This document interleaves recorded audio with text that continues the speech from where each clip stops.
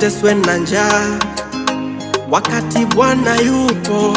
Hebu simama ukili kwake, aje upande wako. Inashangaza sana kwa maisha ya ndege, hawalimi hawahifadhi, wanakula na kusaza. Tambua neno ni nguvu, neno ni uhai, neno ni afya, naye neno ni Bwana. Kwake Bwana viko vingi vya kusaza.